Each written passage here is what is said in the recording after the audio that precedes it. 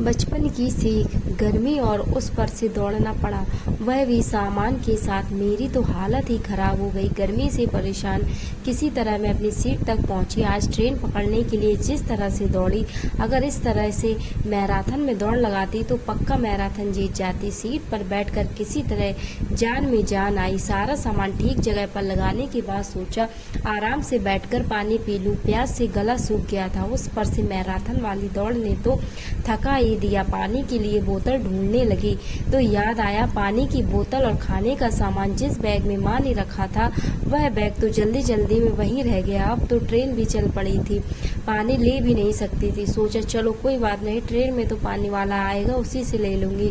लेकिन काफी देर हो गई, प्यास से रहा नहीं जा रहा। तो सामने बैठे यात्री से मैंने पूछा, भैया पानी वाला अभी नहीं आया, एसी कोच में आने की मनाही है क्या? यात्री मेरी बात सुनकर मुस्कुराने लगा और बोला, मैडम इस ट्रेन में खाने पीने की कोई चीज नहीं मिलती, 1 घंटे बाद आना, एक छोटा सा स्टेशन आएगा, वहीं कुछ मिल सकता है। जी वैसे आप कहाँ तक जाएंगी? मैंने कहा भैया मैं तो पुणे तक जाऊंगी। अच्छा, फिर तो आप अगले स्टेशन पे जरूर कुछ ना कुछ ले लीजिए, मुझे तो 2 स्टेशन बाद ही उतरना है। उस यात्री की बातें सुनकर प्यास जैसे और बढ़ गई। सही कहते हैं लोग, जो चीज पास में ना हो तो उसकी जरूरत कुछ ज्यादा ही महसूस होने लगती है।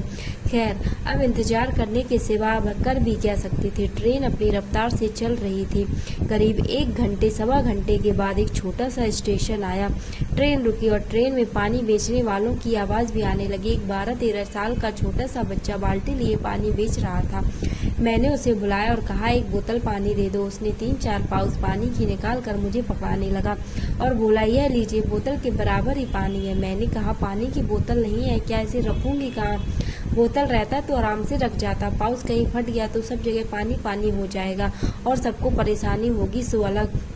यहाँ पानी की बोतल नहीं मिलती क्या? मैडम यहाँ तो यही चलता है, आपको पानी की बोतल वह दूर वाली दुकान पर मिल जाएगी। मैंने सोचा अगर पानी के लिए इतनी दूर स्टॉल पर जाऊंगी तो इतने में ट्रेन चल पड़ी तो? मैंने उससे बच्चों से कहा, क्या तुम मेरे लिए उस पानी की दुकान से पानी ला दोगे? मैं तुम्हें पानी लाने के लिए 20 रुपए एक्स्ट्रा दूंगी। वह बच्चा तैयार हो गया। मैंने पर्स खोला तो उसमें छोटे पैसे नहीं थे। ट्रेन की जल्दी में मैंने सारे छोटे पैसे ऑटो वालों को दे दिए। मैंने उसे 500 का नोट दिया। 500 का नोट देकर वह बच्चा बोला, मैडम छुट्टा दो ना तो पानी जल्दी मिल जाएगा। मैंने कहा, मेरे पास नहीं है पानी के, और अपने 20 रुपए लेकर बाकी के पैसे मुझे वापस कर दो। उसने कहा, मेरे पास नहीं है। ठीक है कोई बात नहीं, मैं पानी लेकर आता हूँ। वह जाने लगा तो मैंने उससे कहा, 2 बिस्किट के पैकेट भी ले आना। वह ठीक है बोलता हुआ दौड़कर चला गया। ट्रेन की खिड़की से मैं उसे दौड़कर दुकान की तरफ जाते हुए देखती रही। तभी ट्रेन की सीटी की आवाज आई। मैं बड़ी बेसब्री से इधर उधर खिड़की से झांकने लगी कि ट्रेन में चल पड़ी और बच्चा दिखाई नहीं दे रहा था। ट्रेन में धीरे धीरे अपनी रफ्तार पकड़ ली, लेकिन बच्चे का कहीं पता नहीं।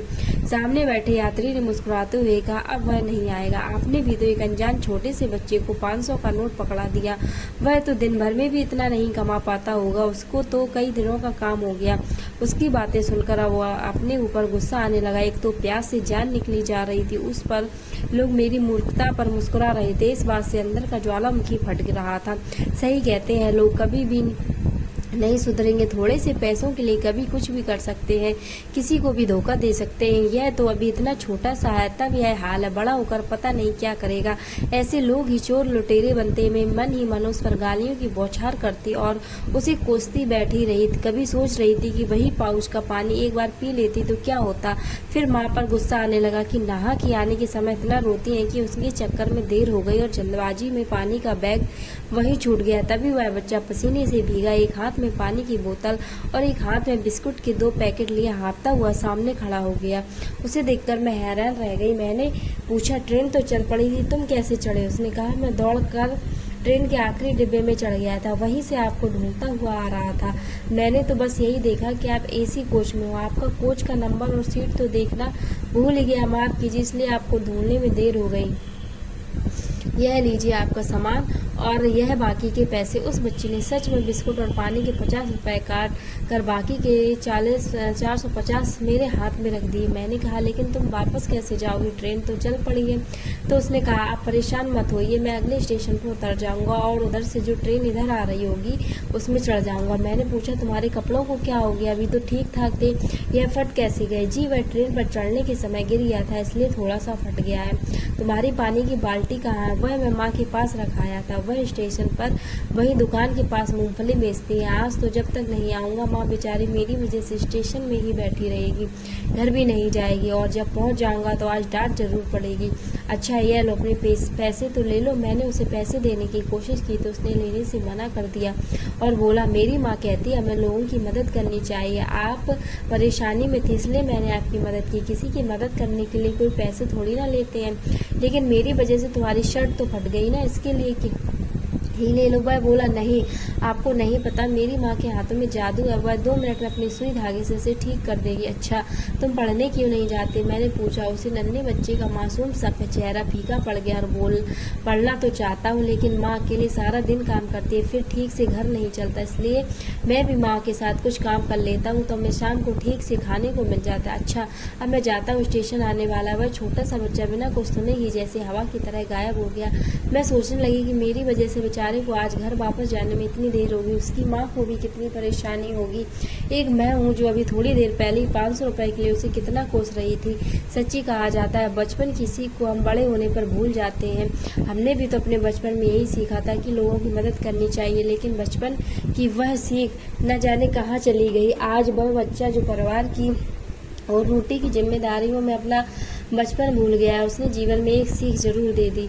आज हमारे देश में बाल श्रम के लिए न जाने कितने ही कानून बनाए गए हैं, न जाने कितने ही योजनाएं चलाई जाती हैं, लेकिन इस बच्चे को देखकर ऐसा लगा जैसे जमीनी हकीकत कुछ और ही है। हमें सच में इस दिशा में कार्य करने की जरूरत है, जिससे जैसे मासूमों का बचपन जो रोटी कमाने के बोझ तले दबा हुआ है लौटाया जा सके। शायद हमारे थोड़े से प्रयास से देश को बाल श्रम नामक बुराई से हमेशा के लिए मुक्ति मिल जाए और देश का भविष्य सच में उज्जवल हो जाए। तो दोस्तों, कैसा लगा वीडियो में कमेंट्स में बताएं और ऐसे ही वीडियोस के लिए इस चैनल